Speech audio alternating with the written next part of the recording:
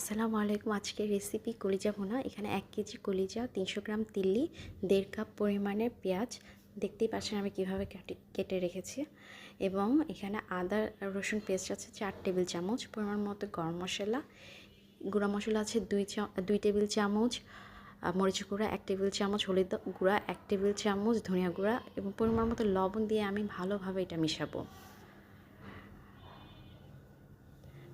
কি সুন্দরভাবে আমি কচলাচ্ছি আর কি।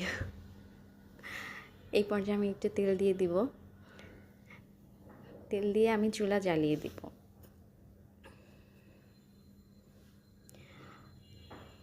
আমাদের বাসায় এটা একটা হিট আইটেম। অনেকেই কলিজা পছন্দ করে না, কিন্তু ট্রাস্ট মি, এটা সবাই পছন্দ করবে।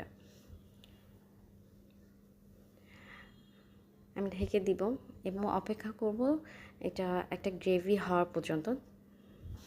এই যে অলমোস্ট গ্রেভি হয়ে গেছে। এখন এই গ্রেভিটা ড্রাই যখন হয়ে যাবে, একদম পানিটা শুকিয়ে যাবে, ওই পর্যায়ে আমি তেল দিয়ে দিব। যদি দেখি তেল নাই, আমার একটু তেল লেগেছে, আর পেঁয়াজ বেরেস্তা দিয়ে দিব, আর জিরা গুঁড়া দিয়ে দিব। অলমোস্ট আমার রান্না ডান, তেল উঠে গেছে। আপনারা সবাই এটা ট্রাই